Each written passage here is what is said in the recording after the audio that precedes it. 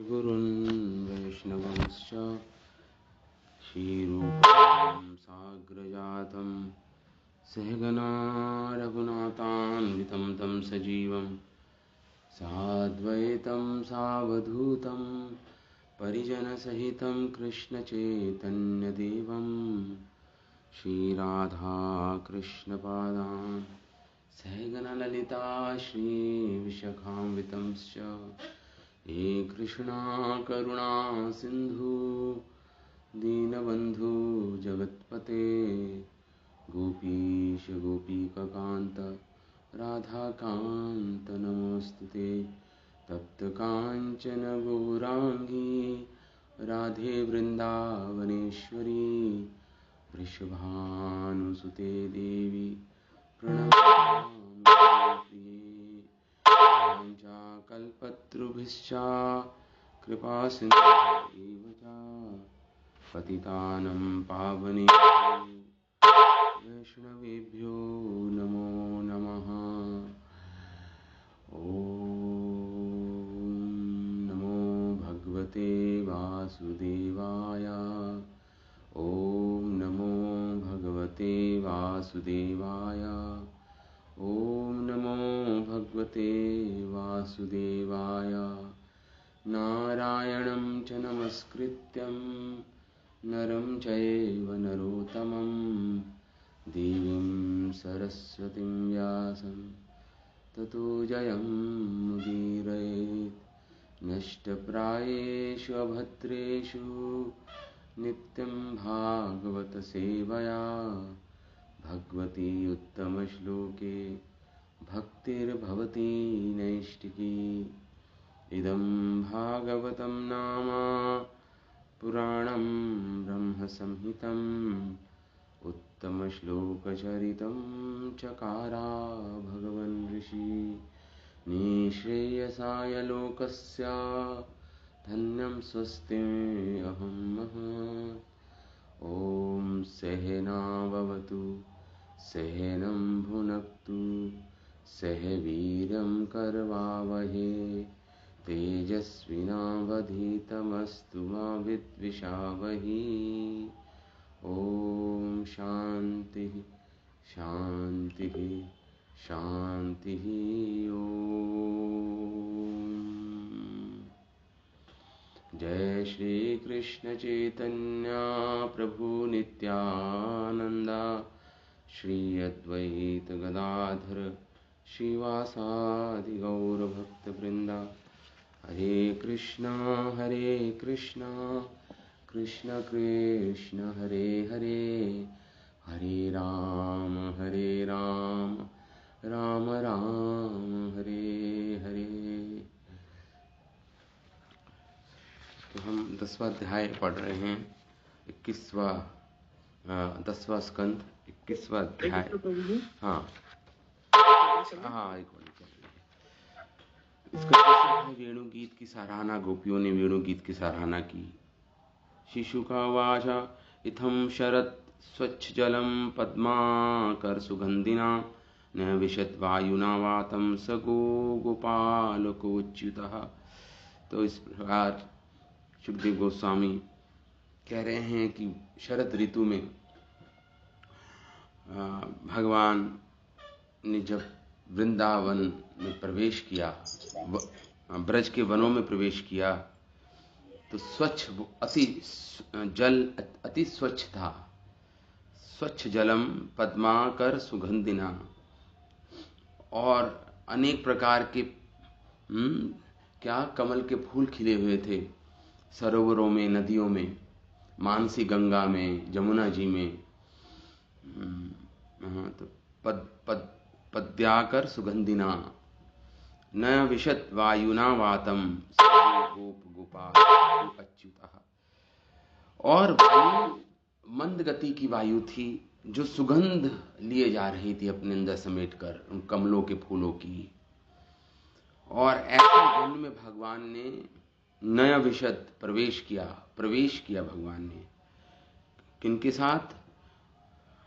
सो गोपालको अच्युतः।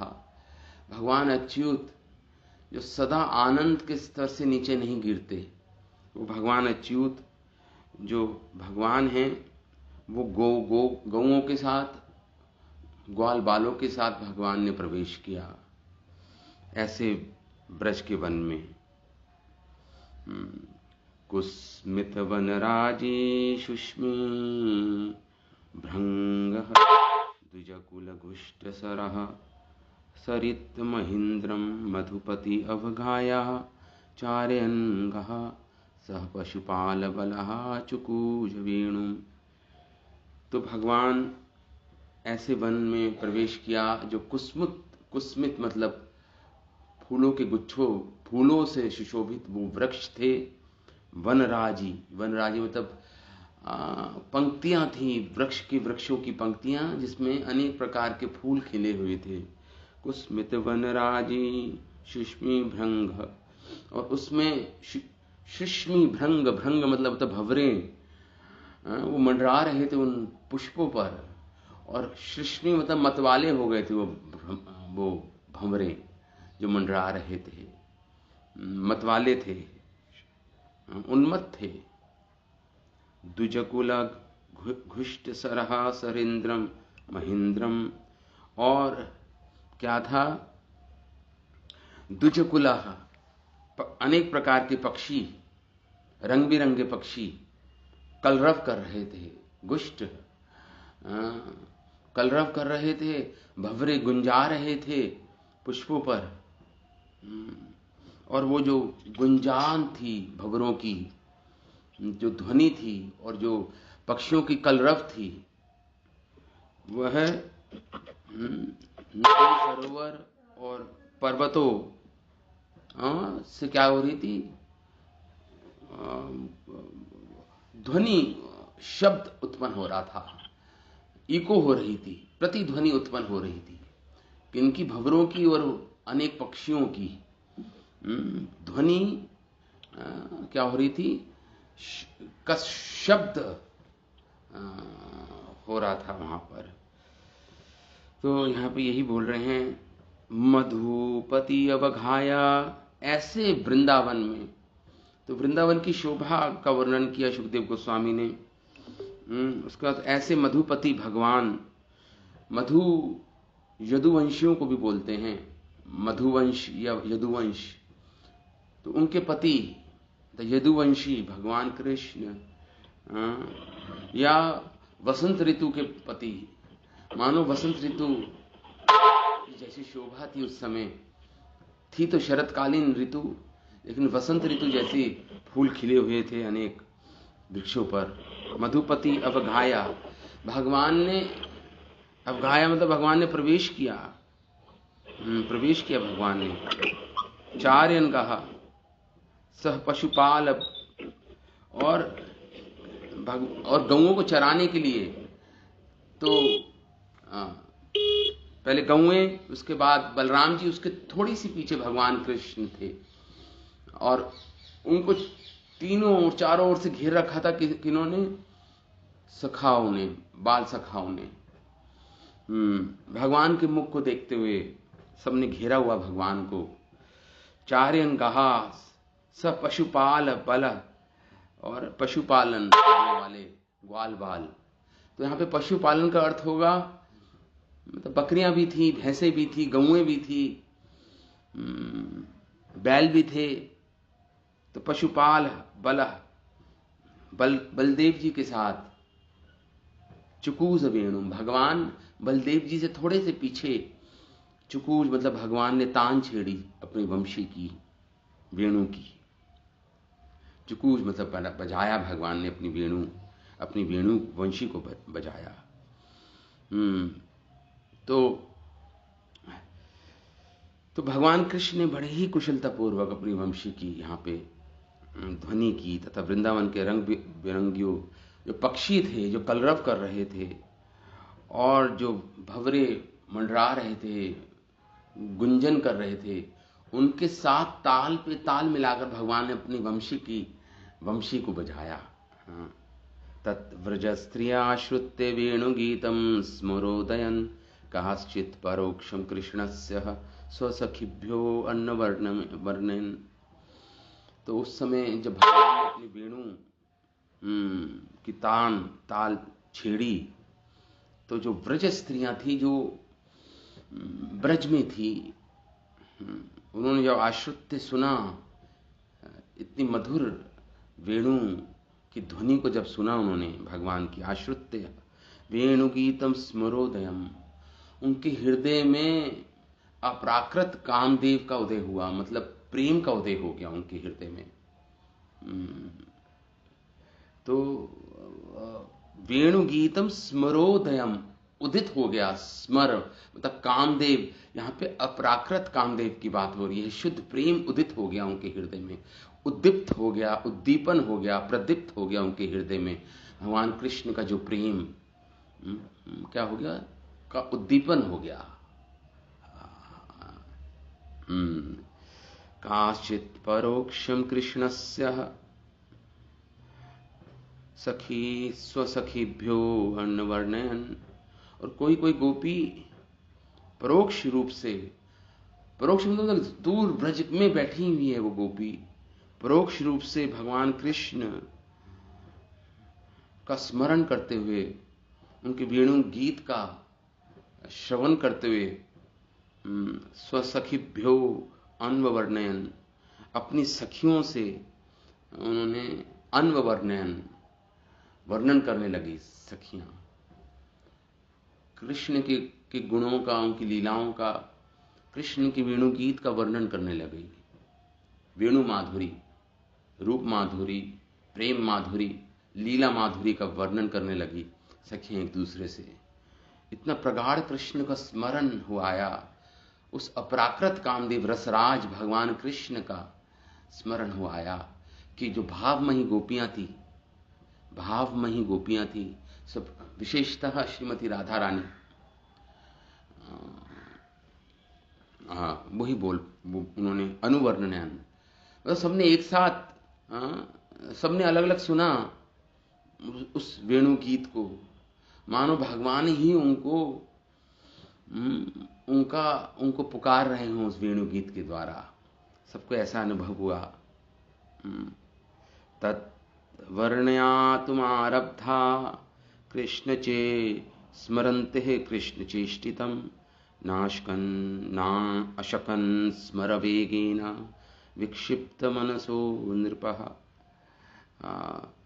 तो जब वर्णन करने लगी एक दूसरे से, जब प्रारंभ किया उन्होंने, आरब्धा, जब प्रारंभ किया कृष्ण का वर्णन करने का एक दूसरे के साथ सखियों ने, स्मरंती, और स्मरण किया कृष्ण की लीलाओं का, कृष्ण के रूप का, कृष्ण की लीलाओं का स्मरण, कृष्ण चेष्टितम, कृष्ण चेष्टा की जब उन्होंने,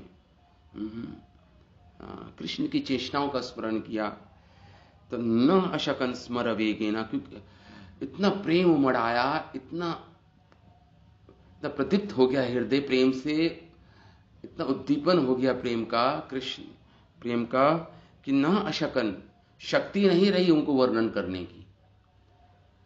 शब्द बोल रही हैं लेकिन बोल नहीं पा रही है ठीक से। न अशकन स्मर वेगेना, क्योंकि स्मर का वेग इतना था, उस अपराकृत कामदेव का प्रेम इतना प्रदीप्त हो गया हृदय में कि विक्षिप्त मनसो निर्पाहा, इनका मन विक्षिप्त हो गया, विचलित हो गया, तो कुछ बोल नहीं पा रही थी, प्रयास कर रही थी। विक्षिप्त मनसो नृपा, हे राजा, हे राजन परीक्षित, कह रहे हैं सुखदेव गोस्वामी, वो विक्षिप्त मन वाली बन गई। विक्षिप्त मतलब विचलित मन वाली बन गई गोपियां। भगवान का वेणु गीत का श्रवण किया उन्होंने अपने घरों में बैठकर ब्रज में, कुछ कह नहीं पाई। क्या नहीं कह पाई, क्या नहीं कह पाई वो, इसका वर्णन सुखदेव गोस्वामी के द्वारा ही हो रहा है। क्या नहीं कह पाई वो, इतनी विक्षिप्त मन वाली बन गई कि शब्दों अपने मन के भावों को शब्दों में नहीं पिरो पाई, शब्द नहीं निकल रहे थे कंठ से, क्योंकि कंठ अवरुद्ध हो गया था प्रेम के कारण। और क्या नहीं कह पाई, उसको श्री सुखदेव गोस्वामी वर्णन कर रहे हैं। वस्तुतः ये गोपियों के ही शब्द हैं, लेकिन वो वर्णन नहीं कर पा रही हैं। सुखदेव गोस्वामी उसका वर्णन कर रहे हैं, उन शब्दों का जो गोपियां नहीं कह पाई शब्दों में। वरहा पीडम नटवर वपुः कर्णयो कर्णिकारम बिभ्रत्वास कनक कपीशम वैजंतीं च मालाम रंध्राण वेणुधर सुधया पूरयन् गोप वृंदे वृंदारण्यम स्वपदरमणम प्राविशत कीर्त कीर्ति।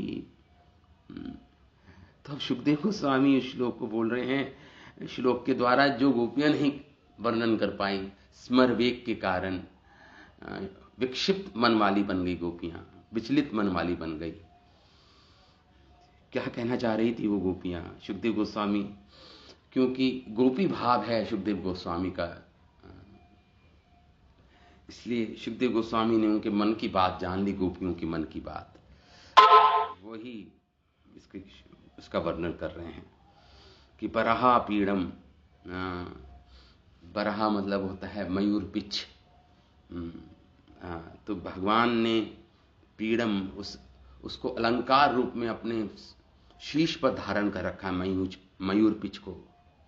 मतलब भगवान का शीश भाग मयूर के पिच्छों के मुकुट से सुशोभित है, और भगवान का नटवर वपुः, और नटवर वेश धारण कर रखा है भगवान ने। नटवर मतलब नट जो होते हैं, जो नृतक करने वाले होते हैं, अपने कमर में कपड़ा बांधते हैं और सुंदर वेश धारण कर रखा होता है उन्होंने। तो नटवर वपुः, भगवान ने नर्तकों जैसा वेश है भगवान का इस समय। कर्णयो कर्णिकारम, और भगवान ने कानों में सुंदर कमल का फूल या कर्णिकार का फूल भगवान ने धारण कर रखा है। कर्णयो कर्णिकारम बिभ्रत्वासः, कमल जैसा नीला, और भगवान के दाएं हाथ में भगवान नीले कमल को हिला रहे हैं, नीले कमल को हिला रहे हैं। कानों में पीला रंग का कर्णिकार का फूल भगवान ने धारण कर रखा है। भगवान की ये वृंदावन के वनों की वेशभूषा है, ये आभरण है भगवान। माता यशोदा सुसज्जित करके भेजती थी अनेक अनेक विभिन्न आभरणों से, लेकिन यहाँ पे तो भगवान जब वन में प्रवेश करते हैं तो अनेक अनेक रंग धातुओं से भगवान को सुसज्जित करते हैं ग्वाल बाल। भगवान के कानों में सुंदर कुंडल पहनाए हैं उन्होंने, कर्णिकार, और कर्णिकार मतलब कमल जैसा कोई नीला फूल होता है, उसको कानों में पहना रखा है। अभी तो दोनों कानों में पहना रखा है या एक ही कान में पहना रखा है, जो भगवान कभी, क्योंकि अभी मत अवस्था है भगवान की, किशोर अवस्था में है भगवान, अति चंचल स्वभाव है भगवान का। कभी तो वो फूल कर्णिकार एक कान में लगाते और उसे निकाल के फिर दूसरे कान में, दाएं कान में लगा देते। इस प्रकार विश्वनाथ ठाकुर इसको वर्णन कर रहे हैं, इस लीला को। बिभ्रत्वासः, और भगवान की जो वेशभूषा है वह है वास कनक कपीशम, पीली रंग की है। अभी तो कभी भगवान सफेद कर पोशाक भी पहनते हैं, कभी नील, कभी पीली पोशाक पहनते हैं। मुख्यतः पीली पहनते हैं। ऐसा नहीं है कि पीली भगवान केवल पीली ही पहनेंगे, भगवान बाध्य हैं कि केवल पीतांबर ही पहनेंगे, ऐसा नहीं है। भगवान अनेक रंग के कभी कभी कपड़े वेशभूषा धारण करते थे, लेकिन मुख्यतः पीली ही करते थे। तो कैसा था वो रंग भगवान के वस्त्रों का? परितः मतलब भगवान परिधि मतलब होता कपड़े। भगवान ने पीतांबर अभी धारण कर रखा था आज के दिन, और जैसे सोने, पिघले सोने के समान उसकी चमक थी उस कपड़े की, पीला कलर था भगवान का, पीलाभ। और वैजंतिम माला थी भगवान ने धारण कर रखी थी गले में। वैजंतिम मतलब वह विजय करने वाली, जो कामदेव को भी पर भी विजय प्राप्त कर ले, जो गोपियों के हृदय में विजय प्राप्त कर ले, इसलिए उसका नाम वैजंती माला पड़ गया था। वैजंती माला, जिसमें 5 प्रकार के वृंदावन के फूल गूंथे हुए हैं, उस वैजंती माला में भगवान ने वो धारण कर रखी थी, और बिल्कुल भगवान के चरणों तक वो माला आ रही थी। वैजंती माला मालाम। और उस समय भगवान ने, जब भगवान की रूप माधुरी का वर्णन किया सुखदेव गोस्वामी ने, अब भगवान क्या कर रहे हैं? रंध्राण वेणु अधर सुदेहा आप पूर्यन गोप वृंदे। भगवान ने रंध्राण मतलब वेणु के जो छिद्र थे, छोटी सी वेणु की जो छिद्र थे, उसमें भगवान ने क्या किया? अपने अधर सुदेहा, अमृत रूपी अधर सुदेहा को भगवान ने डाला। ये उत्प्रेक्षा है। उत्प्रेक्षा मतलब ये सुखदेव गोस्वामी, मतलब भगवान जैसे ही वंशी को अपने होठों से लगाते हैं तो मानो वंशी स्वयं ही बज उठती, मानो निष्प्राण वंशी जो निष्प्राण है, बांस से बनी है, वो मानो प्राण शक्ति का संचार हो जाता है उसमें, जैसे भगवान अपने अधर अमृत को उसमें उन छिद्रों में भरते। तो वंशी कि आपको पता, आध्यात्मिक जगत में तो हर चीज में चेतना है, कोई जड़ वस्तु है ही नहीं आध्यात्मिक जगत में। तो वंशी ने सोचा, जब वंशी को भगवान के अधर अमृत, जो अधरा अमृत है भगवान का, उसने सोचा कि तो निष्प्राण वंशी है, इसमें मैं जाकर क्या करूंगी? मैं इसके द्वारा गीत के द्वारा मैं ब्रज की गोपियों के कर्ण द्वार के द्वारा उनके हृदय में प्रवेश करूंगी। वो योग्य हैं मेरे लिए, वो मेरा पान करेंगे। अधरामृत ने सोचा भगवान के ऐसा कि मैं गोपियों की कर्ण छिद्र से उनके हृदय में प्रवेश करूंगी, वही मेरे लिए, और मैं अपना जीवन उनको सफल बनाऊंगी, अपने जीवन को सफल बनाऊंगी। अपितु भगवान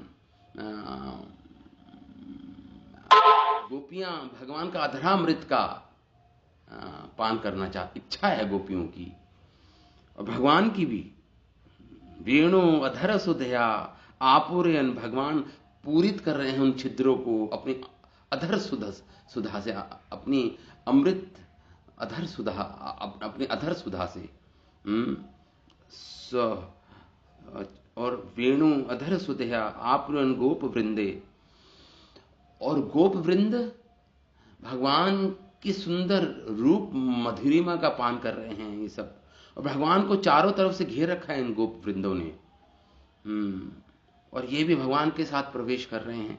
वृंदारण्यम, जो वृंदा देवी के द्वारा सुसज्जित, वृंदा देवी के द्वारा वो अरण्य मतलब वन, वृंदा देवी के द्वारा सुसज्जित है।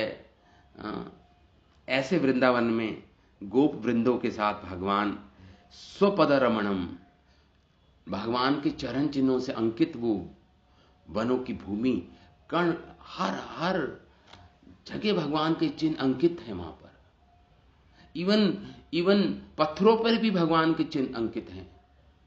जब भगवान अपने चिन्ह रखते थे तो पत्थर पिघल जाते थे प्रेम के कारण, और भगवान के चरण चिन्ह वहां पे अंकित हो जाते थे।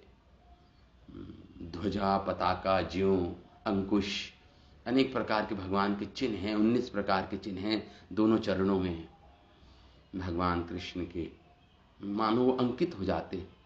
और धूली, जो मुलायम धूली जो ब्रज रज है, उसमें तो बहुत ही स्पष्ट रूप से अंकित होते भगवान के चरण चिन्ह। और उन चरण चिन्हों के कारण वो वृंदावन, वो वन, भगवान ब्रज का वन, वो और रमणीय हो गया था। स्वपद रमणम, और रमणीय हो गया था, और उल्लासित प्रफुल्लित हो गया था पूरा का पूरा वन।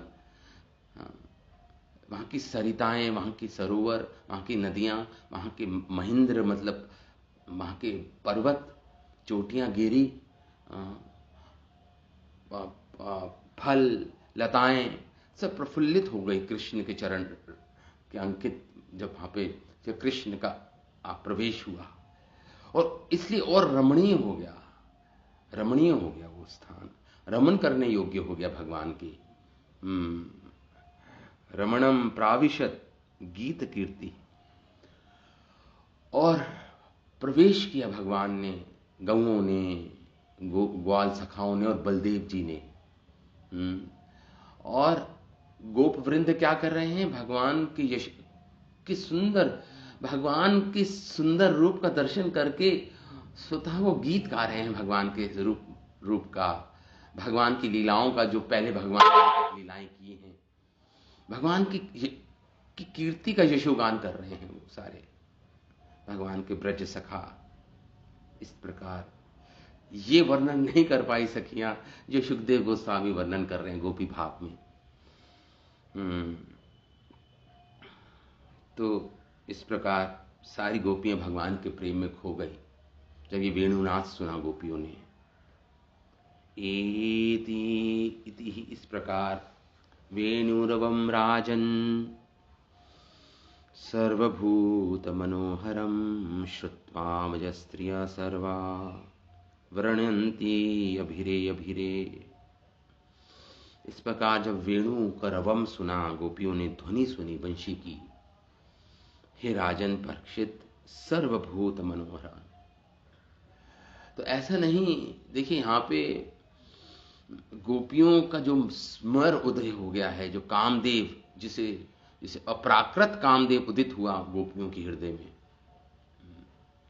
तो केवल गोपियों के हृदय में नहीं, वो तो सारे पशु पक्षी वृक्ष लताएं सबके हृदय में प्रेम उत्पन्न हुआ। हाँ, तो हे राजन, सर्वभूत मनो, जो केवल गोपियों के हृदय को हरने वाली नहीं थी वो वेणुनाथ, वो तो सारे भूत प्राणियों के हृदय को हरने वाली थी। सर्वभूत मनोहरम, सबके लिए मनोहर थी वो वेणुनाथ। श्रुत्वा व्रज स्त्रियः सर्वाः, और वहां पर जब स्त्रियों ने सुना, अवाक रह गई, स्तब्ध हो गई, स्तंभित हो गई वो स्त्रियां, व्रज गोपियां वेणुनाथ को सुनकर स्तंभित हो गई। सर्वा वर्णयन्ति अभीरे, और कुछ उनको मानो समाधि लग गई हो ना, तो कुछ जब थोड़ी बाह्य चेतना आई उनको, तो वर्णयन्ति, वर्णन करने लगी, अभिरे अभिरे, एक दूसरे का आलिंगन करने लगी गोपियां। अपितु कुछ आचार्य कहते हैं वो कृष्ण, मन ही मन कृष्ण का आलिंगन करने लगी, उस भगवान अच्युत भगवान कृष्ण का आलिंगन करने लगी गोपियां। तो कृष्ण चेष्टा हो गई, कृष्ण चेष्टा, उनकी चेतना कृष्ण चेष्टा हो गई, मतलब कृष्ण की चेष्टा का स्मरण, कृष्ण की रूप का स्मरण, कृष्ण की वेणु की नाद को सुनकर भगवान की लीलाओं का स्मरण करने लगी, और मन भगवान का आलिंगन करने लगी।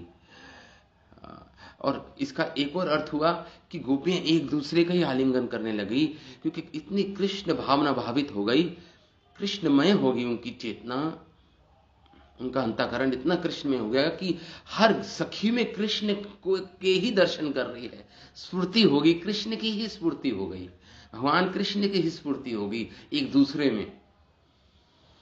जब गोपी गीत गाया था भगवान ने, तो कोई गोपी, जब अभी वो बाद में आएगा अध्यायों में, जब गोपी गीत गाएंगी गोपियां, जब भगवान ने महारास किया, उसके बाद भगवान अदृश्य हो गए थे महारास में, उस समय गोपियां जब ढूंढ रही हैं भगवान को गोपी गीत गाते हुए, तो उस समय कोई तो पूतना बनी हुई है, कोई कृष्ण बनी हुई है, कोई बकासुर, कोई अनेक प्रकार के पूतना बनी हुई है। इस प्रकार कृष्ण में इसे बोलते हैं कृष्ण आविष्ट हो जाता है जब मन पूर्ण रूप से, तो कृष्णमय हो जाता है संसार, कृष्ण के ही दर्शन होते हैं, स्फूर्ति, अपने इष्ट देव के ही दर्शन होते हैं हर जगह।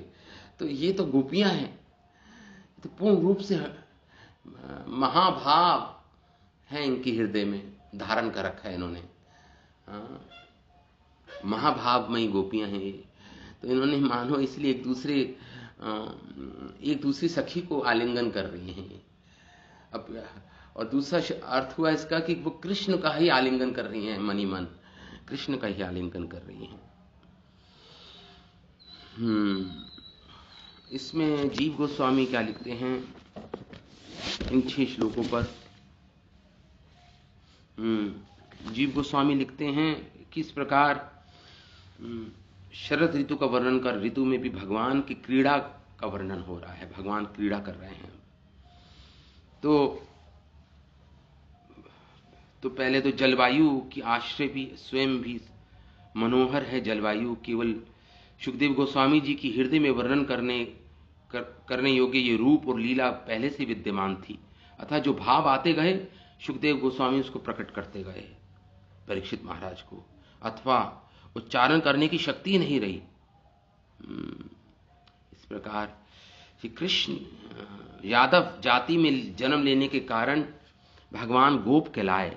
गोप मधुवंशी होते हैं, मधुवंशी या यदुवंशी, सब गोप होते हैं, गोप जाति के।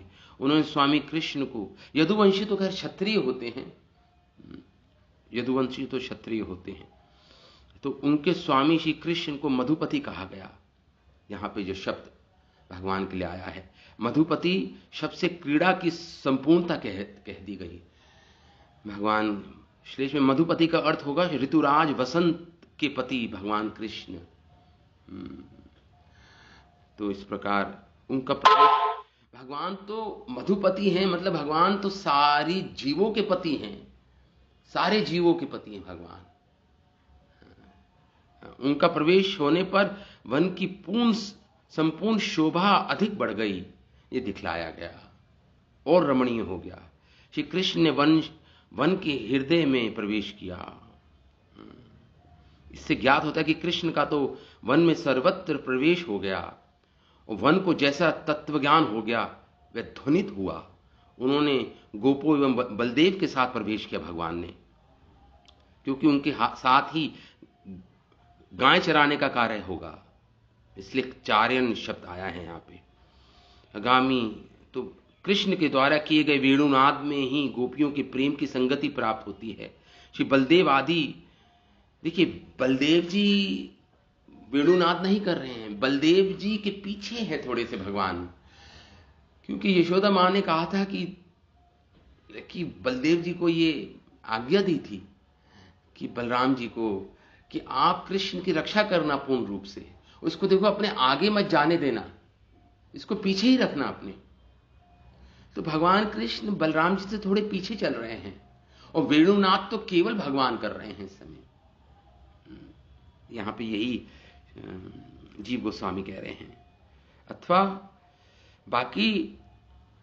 अथवा उस वेणु गीत का इन गोपियों ने अनुगायन किया, अर्थात उस गीत के बाद गायन किया। जब वेणुनाद सुना, ध्वनि सुनी वेणुनाद, वो तो उसके बाद इन्होंने गायन किया, उसे बोलते हैं अनुगायन। अथवा निरंतर वर्णन किया। इसका कारण यह था कि उस गीत में काम स्मरोदय हो गया था। उस गीत से, वेणुनाद से गोपियों के हृदय में स्मरण उदय हो गया था। उन गोपियों ने सुना, यद्यपि कृष्ण तो सदा ही वेणुवादन विनोद हैं, तथापि उस समय किशोर अवस्था के अतिशय उल्लास के कारण तथा शरतकालीन शोभा के विलास का अवलोकन कर, शरतकालीन जो विलास लीला करने के योग्य भगवान ने जब अवलोकन किया, जब दृष्टिपात किया ब्रज में के वनों में, कृष्ण में स्मर भाव, कृष्ण भगवान में भी स्मर भाव उदित हो गया, इसलिए वेणुनाद की उन्होंने। वो वेणुनाद एक्चुअली गोपियों के लिए की थी भगवान ने। कृष्ण की हृदय में भी स्मर भाव उदित हुआ। कृष्ण को अपराकृत कामदेव बोलते हैं। अपराकृत मतलब आध्यात्मिक कामदेव, भौतिक नहीं यहां पे, अपितु जब काम शब्द आ रहा है भगवान के लिए, वो प्रेम ही समझना चाहिए, शुद्ध प्रेम। इस वेणु विद्या का अभ्यास करने वाले उन कृष्ण की विशिष्ट कला से इन गोपियों में भी वैसी विक्षिप्त मना स्थिति उत्पन्न हो गई। विक्षिप्त मना मतलब विचलित मना हो गई ये गोपियां, जिससे तत्काल ही उन गोपियों के द्वारा लीला वर्णन किया गया। आश्रित्य का तात्पर्य है कि दूर रहने पर भी इन गोपियों ने उस वेणुनाद को पूर्ण रूप से सुना। आश्रित्य, यद्यपि यह वेणुनाद मधुर एवं अस्फुट होने के से कल रूप था, मतलब ताल से ताल, जो पक्षियों का कलरव था, भंवरों का गुंजान था, उसके साथ, उसके अनुरूप, उसके ताल से ताल मिलाकर भगवान ने वेणुनाद किया। फिर भी एक कलनाद सर्वव्यापी स्वभाव वाला था, अथवा थोड़ा सा सुनने पर श्री राधा देव, श्री वृषभानुनंदिनी और आदि गोपियां जो विशेष भाव से युक्त थी, अपनी सखियों के सम्मुख उसका वर्णन करने लगी। यद्यपि उस वेणुनाद को तो सभी स्त्रियों ने सुना था, उसे आगे सर्वभूत मनोहरम कहा जाएगा। सर्व मतलब सबने सुना था, ऐसा नहीं है, सबने सुना था, ऐसा नहीं केवल श्रीमती राधा रानी गोपियों ने सुना। इसलिए तो यहां पे शब्द आया सर्वभूत मनोहरम, सारे प्राणियों के लिए वो मनोहर वेणुनाद था वो। तो फिर भी यशोदा आदि माता, अब यशोदा माता ने भी सुना वो वेणुनाद। तो जब यशोदा माता ने सुना वो वेणुनाद, तो उनके हृदय में वात्सल्य भाव उमड़ आया, वात्सल्य भाव उमड़ आया माता यशोदा के हृदय में। और कामदेव, अपराकृत कामदेव का भाव तो केवल गोपियों में उमड़ आया, श्रीमती राधा रानी में, वृषभानुनंदिनी में। इस तरह इस अध्याय के वर्णन में यशोदा को छोड़ दिया गया है। श्री राधा ने अपनी सखी ललिता आदि के सम्मुख ही अपने मन की भावना रूपी घटा को बरसाने के लिए उस वेणुनाद का अनुवर्णन किया।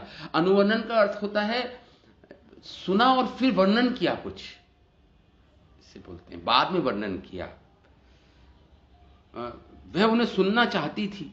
स्वसखीभ्यो, इस पद से स्व शब्द के द्वारा सखी की किसी अन्य सखियों का भी निषेध कर दिया। तो जब आया है कि जब वर्णन किया राधा रानी ने, तो ऐसा नहीं कि सारी गोपियों ने एक साथ वर्णन किया, ऐसा नहीं है। तो यहां पे वर्णन शब्द का अर्थ भी आएगा कि कुछ गोपियों ने तो वर्णन नहीं किया, सुना केवल, तो उनके लिए भी वर्णन शब्द आया है यहां पे, वर्णन किया मतलब सुना, केवल आश्रित्य, केवल सुना, उनके लिए भी वर्णन शब्द आया है। लेकिन अपितु वर्णन तो केवल श्रीमती राधा रानी ने किया, यहां पे यही बोल रहे हैं। तो परंतु सखियां सावधानी पूर्वक गोपनीय अर्थ को भी समझ जाएं, तो स्पष्ट रूप से वर्णन नहीं किया, भाव रूपी शब्द रूप से वर्णन नहीं किया, अर्थ रूप में वर्णन किया। मतलब अर्थ क्या है उसका, भाव रूप में वर्णन किया। शब्द नहीं निकल पा रहे थे। ये वेणुगीत प्रेम को उदित करने वाला था, ये उसी और प्रेम से युक्त था ये वेणुगीत, भगवान की वेणुनाद उसी प्रेम के उदय का वर्णन कर रहे हैं। तद वर्ण्य तुम, उस स्मर उदित युक्त एवं परोक्ष रूप से गाए हुए गीत का वर्णन करना इन गोपियों ने प्रारंभ तो कर दिया, मतलब परंतु संपूर्ण वर्णन करने में समर्थ नहीं हुई। इसका कारण यह था कि वे प्रेम के वेग से आसक्त चित्त वाली थी। वह वर्णन करते समय सर्व आकर्षक श्री कृष्ण की वेणु वादमयी चेष्टाओं का अनुसंधान कर रही थी, स्मरण कर रही थी उस भगवान कृष्ण का, उनकी कृष्ण चेष्टाओं का अनुसंधान कर रही थी, मतलब स्मरण कर रही थी प्रगाढ़ रूप से। इतना हृदय में प्रेम उदित हो गया था भगवान की के प्रति। हे नृप, ये संबोधन इसलिए है कि नृप करके मतलब परीक्षित महाराज को कह रहे हैं, हे राजा, श्री सुखदेव गोपियों के प्रेम का वर्णन करते हुए स्वयं भी गोपियों के भाव में पहुंच गए हैं, इसलिए नृप करके पुकार रहे हैं परीक्षित को। स्वयं भी गोपी भाव में प्रवेश कर गए हैं सुखदेव गोस्वामी, तथा कातर होकर संबोधन करने लगे, हे राजन, इस शोभा का दर्शन करो। मानो परीक्षित को कह रहे हो, हे राजन परीक्षित, इस शोभा का दर्शन करो तुम। गोपी के हृदय में उत्पन्न होने वाली विभिन्न भावों के कारण कृष्ण की वेणु वादन स्वरूप का विवरण देने लगी। गोपियां, ये सुखदेव गोस्वामी वर्णन कर रहे हैं गोपियों के भाव का। बरहा पीड़म, ये 1-2 पद्यों का प्रकरण है। श्रेष्ठ नट के समान जिनका शरीर है, भगवान नटवर रूप स्वरूप है भगवान का इस समय, फिर भी जैसे श्री कृष्ण ने अपने स्वरूप को, एक श्लोक आता है जिसे विदुर जी को बोलते हैं, ये तीसरे स्कंद भागवतम में एक श्लोक आता है जिसे विदुर जी को बोलते हैं अक्रूर जी। अक्रूर जी ने बोला था विदुर जी को। श्री कृष्ण ने अपने स्वरूप को, ये श्लोक था तीसरे स्कंद में आता है, उसका अर्थ ये है श्री कृष्णा स्व विस्मापनम, मतलब भगवान कृष्ण अपना सौंदर्य देख के खुद ही विस्मित हो जाते हैं। भगवान के जो आभूषण हैं वो स्वयं सुसज्जित होते हैं, भगवान के ऊपर है इसलिए आभूषण भूषित होते हैं स्वयं, और भगवान स्वयं अपने ही सौंदर्य को देखकर विस्मित हो जाते हैं। ये श्लोक का अर्थ है। तो इसका बता रहे हैं यहाँ पे जीव गोस्वामी, उसी श्लोक को कोट कर रहे हैं। श्री कृष्ण ने अपने उस स्वरूप को जो मनुष्य लीला के योग्य था, जो स्वयं को भी विस्मित करने वाला था, जो सौंदर्य संपत्ति का परम स्थान था, तथा जो आभूषणों के भी का आभूषण था, ऐसे अंग वाले उसे अपनी योग माया के बल से सारे जगत को दिखाते हुए भगवान अपनी योग माया शक्ति से सारे जगत को वो अपना सुंदर रूप दिखा रहे हैं। भगवान दिखाते हुए आदर का विषय बनाया, अर्थात उसे कृष्ण ने ग्रहण किया उस रूप को। हाँ, ये तीसरे स्कंद का श्लोक है। इस आधार पर कृष्ण का यह नटवर स्वरूप स्वयं कृष्ण को विस्मित प्रदान करने वाला निश्चित था, अर्थात यह स्वरूप स्वभावतः ही नटवर स्वरूप था, अर्थात कृष्ण के सभी रूपों में सर्वश्रेष्ठ था। ये किशोर अवस्था में फिर भी उस समय उन्होंने नटवर वेश धारण किया हुआ था। नटवेश अर्थात ऐसे नट स्वरूप को धारण करते हुए कृष्ण ने अपनी शाश्वत शोभा का आविर्भाव कर उस नट स्वरूप को और भी पोषण किया। उस स्थानों पर नटवर वपु ये पाठ भी होता है। उन्होंने पीले रंग के कमल के आकार का पुष्प विशेष कर्णिकार को कान में धारण कर रखा था। 5 रंग के पुष्पों से गुंथी हुई वैजंती माला को धारण किया हुआ था। उन्होंने वेणु के छिद्रों को अधर सुधा से पूर्ण कर दिया। इससे प्रकट होता है कि अधर सुधा के समान ही वे वेणुनाद भी परम मधुर था। उन कृष्ण ने वृंदावन में प्रवेश किया, ऐसे इस वन की अधिष्ठात्री वृंदा देवी हैं।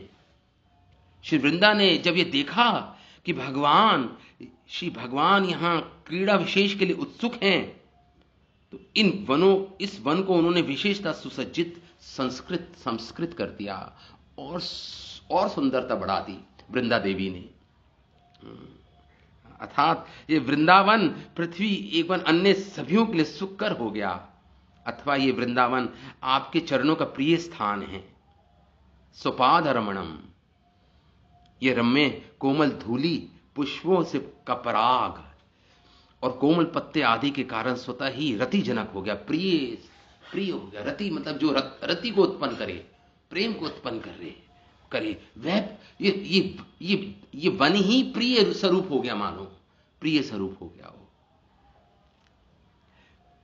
गोपों के निवास स्थान ब्रज की भी वृंदावन के भीतर की स्थिति, इसलिए गोष्ठ के भार के सभी स्थानों को से अधिक दूर न होने के कारण वन शब्द से संकेतित कर दिया गया। श्री कृष्ण गीत कीर्ति अर्थात गोपों के द्वारा कृष्ण के विचित्र सौंदर्य, उनका वैदग्ध्य आदि की प्रशंसा गाई जा रही है इसमें, अथवा कृष्ण का गोपियों में भाव दर्शन कर उन गोपियों की कीर्ति का भी यहां वृंदावन में गायन किया जा रहा है।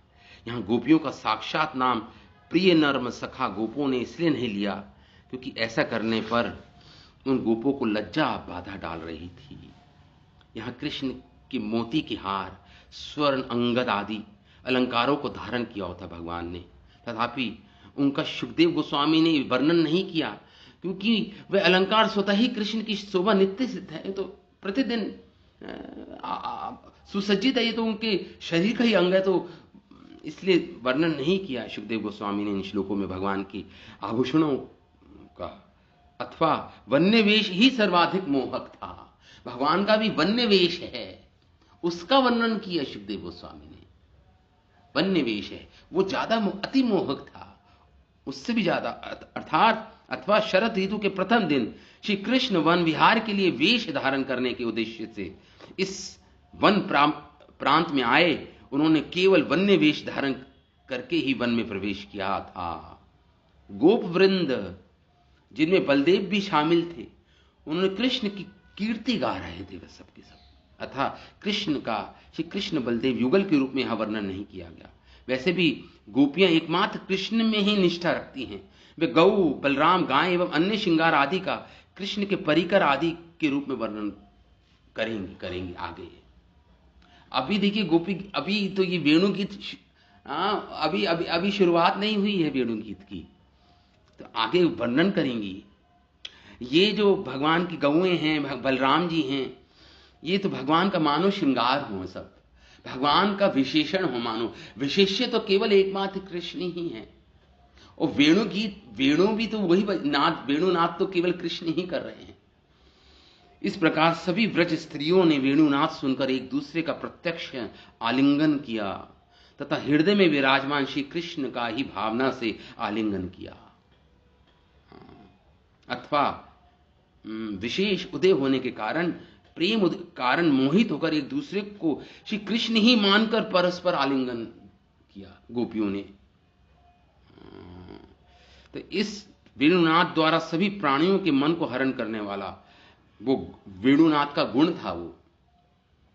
फिर गोपियों की तो क्या बात कहें, जब सारे प्राणियों का मन हर रही थी वो वेणुनाद, तो गोपियों का मन क्यों नहीं हरेंगी वो वेणु, तो फिर गोपियों की क्या बात कहें। अर्थात वो गोपियां सभी प्रकार से प्रेम प्राप्त कर रही थी। इस प्रकार ये इसका वर्णन किया जीव गोस्वामी ने इन श्लोकों पर। अब गोपियां, श्री गोप्यो उचुहु, ये गोपियां उचुहु बोला गया है यहां पे, गोपियों ने बोला।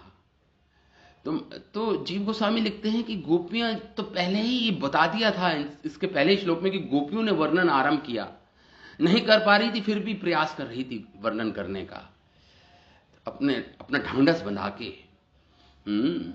तो गोपियों का ये उच्चारण है जो अब आरंभ होगा। ये पहला श्लोक है, वेणुगीत का पहला श्लोक है ये। अक्षण्वतां फलमिदं न परं विदामः सख्ये पशून् अनुविवेश्यत व्ययस्य वक्त्रं व्रजेश सुतयोर अनुवेनुजुष्टं यर्वानिपीत अनुरक्त कटाक्ष मोक्षम। ये 7वां श्लोक हम गोपियां वर्णन कर रही हैं, कह रही हैं, हे सखी अक्षणवताम। अक्षणवताम मतलब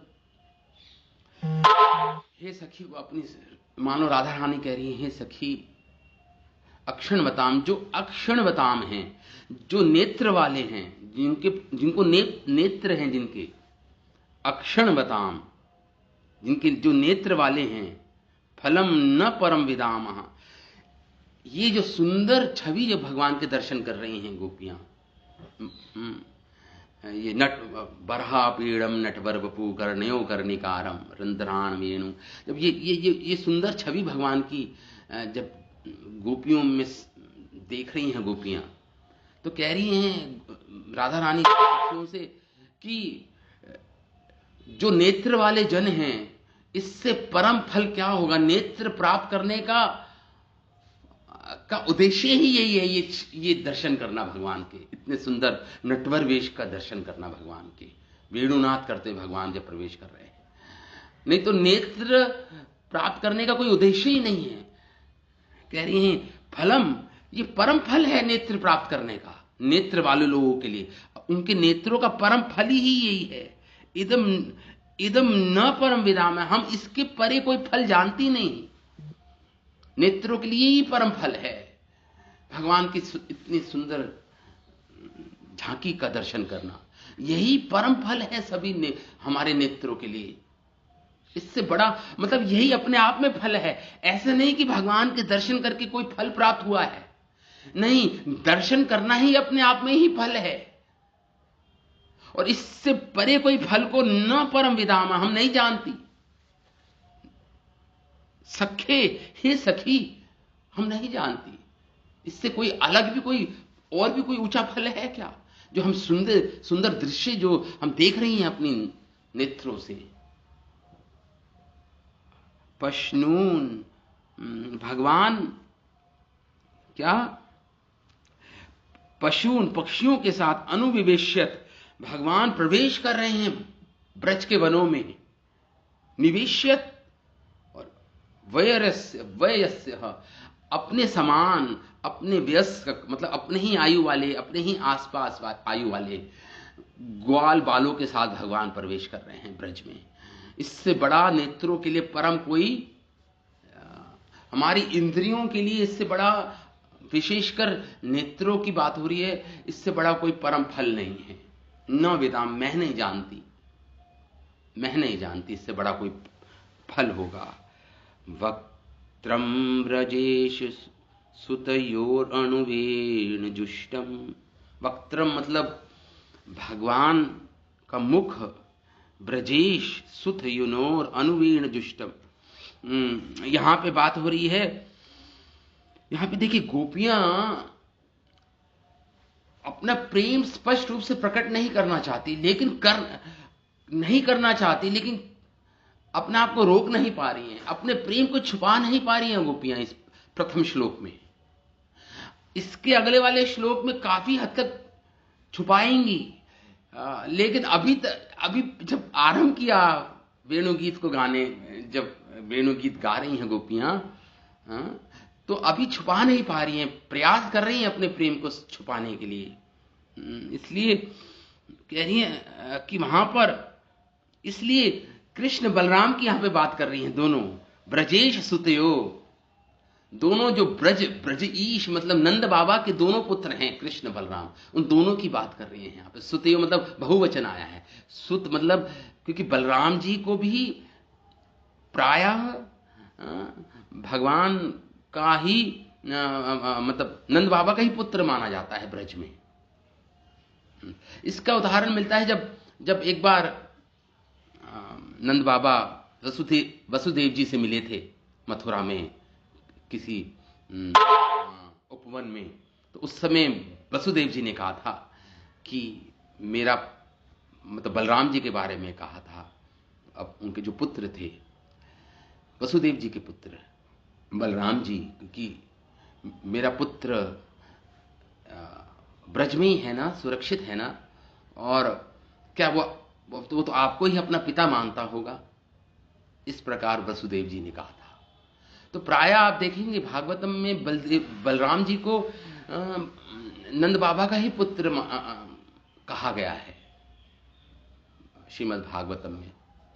और भी श्लोक आते हैं जब सुखदेव गोस्वामी ने जब एक बार बलराम जी आए थे, द्वारका से ब्रज में आए थे, उस समय माता यशोदा और नंद बाबा के पास गए थे, तो दोनों ने आशीर्वाद दिया था, बलराम जी को आशीर्वाद दिया था दोनों ने। तो उस समय सुखदेव गोस्वामी ने अपने श्लोकों में इस प्रकार लिखा था कि भगवान के माता पिता ने, बलराम जी के माता पिता ने उनको आशीर्वाद दिया। तो मतलब कहने का अर्थ यह है कि श्रीमद् भागवतम में बलराम जी को प्रायः नंद बाबा का ही पुत्र माना गया है। तो यहां पे यही जीव गोस्वामी कह रहे हैं कि सुतयोर वेणु, दोनों जो कृष्ण बलराम हैं जब प्रवेश कर रहे हैं ब्रज में, और वेणु जुष्टम, जुष्टम मतलब होता जूस टाइप, मतलब जुष्ट मतलब होता आस्वादन। तो वेणु का आस्वादन कर रहे हैं, लेकिन वो अणु मतलब भगवान जो पीछे हैं थोड़े से बलराम जी के, केवल वेणुनाद तो वही कर रहे हैं केवल। अणु मतलब होता है भगवान बलराम जी के पीछे होकर वेणुनाद कर रहे हैं। अणु जुष्टम, तो जुष्ट मतलब जो वंशी से सेवित, स वही अनुरक्त कटाक्ष, और भगवान अनुरक्त कटाक्ष मोक्षम, भगवान दृष्टिपात कर रहे हैं प्रेममयी चितवन के साथ। प्रेममयी चितवन है भगवान, भगवान देख रहे हैं और प्रेम परिपूर्ण दृष्टि से दृष्टिपात कर रहे हैं ब्रज में प्रवेश करते हुए, वन में प्रवेश करते हुए। तिरछी चितवन को भगवान उसे बोलते हैं मोक्ष कटाक्ष, माधुरी का हम निपितम पान कर रही हैं। ये नहीं बोला हम देख रही हैं, पान कर रही हैं, पी रही हैं। यहां पे गोपियां, ये पहला श्लोक है गोपियों का, वेणु गीत का। निपितम पान कर रही हैं हम, मतलब केवल देख नहीं रही, पान कर रही हैं गोपियां, पी रही हैं, कृष्ण को पी रही हैं, इस कृष्ण की माधुर्य में छटा को पी रही हैं गोपियां। निपितम शब्द आया है यहां पर, गोपियां कह रही हम पी रही हैं। देखिए जब भगवान, जब उस समय भी जब भगवान द्वारका से हस्तिनापुर से द्वारका जा रहे थे, उस समय भी जो जो जो जो हस्तिनापुर की जो स्त्रियां थी वो अपने अपने छतों पे चढ़ के भगवान के दर्शन कर रही थी। उस समय भी ये शब्द आया था कि वो जो हस्तिनापुर की स्त्रियां हैं वो ये कह रही थी कि हमें भगवान कितना सुंदर, भगवान का सौंदर्य देखकर वो कह रही थी कि हम भगवान का स्मरण करके हम भगवान को पी रही हैं, भगवान के अमृत रूपी सौंदर्य को पी रही हैं। तो उन गोपियों का क्या सौभाग्य है जो केवल स्मरण करके मूर्छित हो जाती हैं भगवान। उन गोपियों का और उनकी प्रेम की पराकाष्ठा कह रही थी हस्तिनापुर की जो स्त्रियां थी जब भगवान के रूप के दर्शन कर रही थी, जब भगवान द्वारका जा रहे थे हस्तिनापुर छोड़ के रथ पर बैठकर। तो यही तो पीना का मतलब हुआ निपितम, पान कर रही थी, पान कर रही हैं हम ये सुंदर वेश भगवान का। अब जो दूसरा श्लोक आता है तो अब समझ, मतलब इससे परम फल कुछ नहीं है नेत्रों के लिए। गोपाल बालों के साथ भगवान वृंदावन में गाय चराने के लिए नंदराज के दोनों पुत्र कृष्ण बलराम ले जाते हैं तथा इनकी वेणु प्रेमी जनों के प्रति सुंदर कटाक्ष, भगवान के कटाक्ष में चितवन भरी प्रेमपूर्ण दृष्टि से भगवान देख रहे हैं। भगवान की प्रेम विमोचनकारी मुखमंडल का जो दर्शन करते हैं, उनके ही नेत्र मानो जीवन में सार्थक हो, और उससे कोई परम फल है नहीं नेत्रों का। ऐसा सखियों को कह रही हैं, सखियां बोल रही हैं, राधा रानी बोल रही हैं सखियों को। गाय मानो अलम विरेजितुहु, तो इस प्रकार और उस प्रेमपूर्ण कटाक्ष को देखकर निपितम पान कर रही हैं भगवान की। ये पहला श्लोक है गोपियों का, वेणु गीत का पहला श्लोक। तो गोपियां जानबूझ के बलराम जी का नाम ले रही हैं, अपने प्रेम को छुपाना चाह रही हैं, लेकिन छिपा नहीं पाई। अब अगले श्लोक में तो पूर्ण रूप से चूत प्रवाल बृहस्तबक उत्पल अब्जमाला अनुप्रक्त परिधान वेशु विचित्र पशुपालः विचित्र वेशो मध्ये विरजत तुरलम पशुपाल घोष्ट्याम रंगे यथा नटवरो क्व न गायमानो। तो जब भगवान, तो सखी वो कह रही हैं राधा रानी, हे सखी, भगवान अब ब्रज में वनवेश धारण करते हैं, वन में आकर तो चूत प्रवाला, प्रवाल मतलब नई नई कोपलें, नए पत्ते, जो मुलायम पत्ते आम के वृक्ष के ऊपर जो क्या हो रहे हैं, आ रहे हैं, आम की वृक्ष की नई कोपलें, उसे चूत प्रवाल बोलते हैं।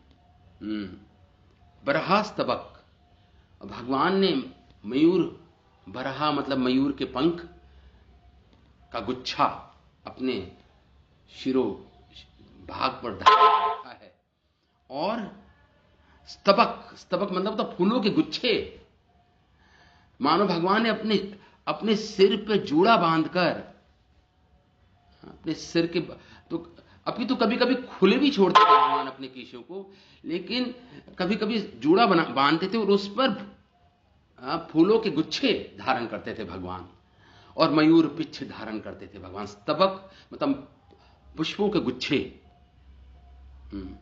गुच्छे। और उत्पल, उत्पल मतलब होता कमल, कमल तो रंग बिरंगे कमल, नीला लाल रंग का कमल, कमल भगवान। अब्जमाला, कमल भगवान अपने दाएं हाथ में धारण करते हैं, एक कमल हिलाते रहते हैं उसको। और अब्जमाला, अब्ज, अब्ज मतलब होता है जो अपने पैरों से पानी पिए, मतलब कमल। अब्जमाला सुंदर, जो अब्जमाला का मतलब जो कमल जो अभी पूरा खिला नहीं, जो उसका अंतर कोष्ठ है, कमल का अंदर का जो भाग होता है, जो बिल्कुल कैसे होता है, कली की तरह होता है, जैसे कली अभी खुली नहीं होती वैसा, वैसा उसका रूप होता है। तो अब्जमाला भगवान ने धारण कर रखी की, भगवान ने कुमुद की माला, अब्जमाला धारण करते हैं। तब परिधान, भगवान का ये परिधि मतलब वस्त्र धारण करने पर उनका वेश, और भगवान उनका वेश ये जो है विचित्र पशुपाल गोष्ठ्याम, ऐसे वस्त्र को धारण करके, गले में अब्जमाला धारण करके, जूड़ों में चूत प्रवाल और कमल के फूल और फूलों के गुच्छे भगवान ने, भगवान के केश सुसज्जित हैं। और भगवान कहाँ बैठे हैं? इस ये जो वेश धारण कर रखा है नटवर वेश भगवान ने, वो पशुपाल, पशुपाल मतलब होता है कि केवल गौएं नहीं, भैंसें भी, बकरियां भी थी उस समय, तो इसलिए पशुपाल ग्वाल बालों के साथ गोष्ठ्याम, गोष्ठी मतलब मंडलाकार में बैठे हैं भगवान। मंडल मतलब एक मंडल, सर्कल्स में बैठे हैं सब भगवान को घेर कर। भगवान बीच में बैठे हैं, एक सर्कल मंडल, फिर दूसरा मंडल, फिर तीसरा मंडल, ऐसे अनेक मंडल बने हुए हैं भगवान, लेकिन केंद्र बिंदु हैं। और भगवान की शक्ति, योग माया शक्ति से सारे सारे ग्वाल बाल सोच रहे हैं कि भगवान मेरी तरफ देख रहे हैं, भगवान का पूरा जो ध्यान है मेरी तरफ है। ये भगवान की योग माया शक्ति से ऐसा हो रहा था। और एक छठा भगवान को ही बिना पलक झपकाए वो देख रहे हैं भगवान। हाँ, तो यहाँ भी येषु विचित्र पशुपाल गोष्ठ्याम क्वचः गायमानो। और भगवान क्या कर रहे हैं? कभी कभी क्वच, कभी कभी भगवान गायन कर रहे हैं। कृष्ण बलराम दोनों गायन कर रहे हैं, अभी तो केवल कृष्ण गायन कर रहे हैं। और गायन कर रहे हैं, कभी कभी नृत्य कर रहे हैं गायन के साथ। पशुपाल गोष्ठ्याम, गोष्ठी में बैठे हैं। कभी गायमानो, गायमानो मतलब गायन कर रहे हैं और बड़ा मान है कि देखो मुझसे बड़ा इस संसार में कोई ऐसा माइकल लाल होगा जो मुझसे बड़ा कोई अच्छा गायक होगा। या इसका अर्थ ये भी हो सकता है गाय मानो मतलब कि सारे सब जो ग्वाल सखा है भगवान का गीत सुनकर, भगवान का गायन सुनकर सब भगवान को क्या कर रहे हैं? माला अर्पण कर रहे हैं, भगवान को मान दे रहे हैं, भगवान को आदर दे रहे हैं भगवान को। ये भी इसका अर्थ हो गया। गाय मानो, भगवान गाय मान कर रहे हैं। गाय मानो तान छेड़ रहे हैं संगीत की। अलम विरेजितुहु, इतना सुंदर सुशोभित हो रहे हैं जैसे रंगे यथा नटवरु, जैसे रंगमंच पर नट, नट मतलब नृतक करने वाले नृत्य करते हैं, गायन करते हैं, वैसे ही मानो भगवान इस रंगमंच में, ब्रजभूमि पर, वनों में भगवान मानो नट के समान हो, नटवर हो। इसलिए अलम प्रभु जी। हाँ, तो ठीक है, तो ठीक है। अभी हम ये हमारा वेणु गीत आरंभ हो गया है, 7 और 8वां श्लोक। इस पर हमारे आचार्यों की कमेंट्रीज, उनका तात्पर्य, उनका भाष्य हम कल इस पर चर्चा करेंगे। बहुत ही ये बहुत ही गंभीर विषय है ये। वेणु गीत तो गोपियों का, क्योंकि हृदय का उद्गार है, इसलिए लेकिन ठीक है, हमें सुन सकते हैं, पढ़ सकते हैं, इसलिए क्योंकि जैसे किसान खेती जब करता है तो उससे पहले खेत को क्या करता है, उसमें खाद डालता है, उसको जोतता है खेतों को, उसके बाद बीज रोपण करता है। तो अभी हम भूमि को तैयार कर रहे हैं, अपनी हृदय की भूमि को, अपने पात्र को तैयार कर रहे हैं। तो ये मानो सुनकर पढ़कर भगवान के इतने सुंदर लीलाओं को हम मानो अपने पात्र को तैयार कर रहे हैं अभी, बस कुछ वैसा ही है ये। बाद में कभी अपने जब प्रेम, बाद में कभी इसमें तो पात्र तो तैयार करना ही है। भगवान अगर प्रेम देना भी चाहे तो दे नहीं पाएंगे अगर आपके पास पात्र नहीं है, सुपात्र नहीं है। तो वो तो इन श्रीमद् भागवतम की कथाओं को सुनकर पढ़कर ही मिलेगा हमें वो पात्र। हमारा पात्र हमें बनाना है अपना, तो इसलिए हम कर रहे हैं ये। तो ठीक है, कल हम पुनः एकत्रित होंगे, कल शायद मंडे को। ठीक है, तो श्रीमद् भागवतम महापुराण की जय, श्रील वेद व्यास मुनि की जय, श्रील सुखदेव गोस्वामी की जय, श्रील प्रभुपाद की जय। हरि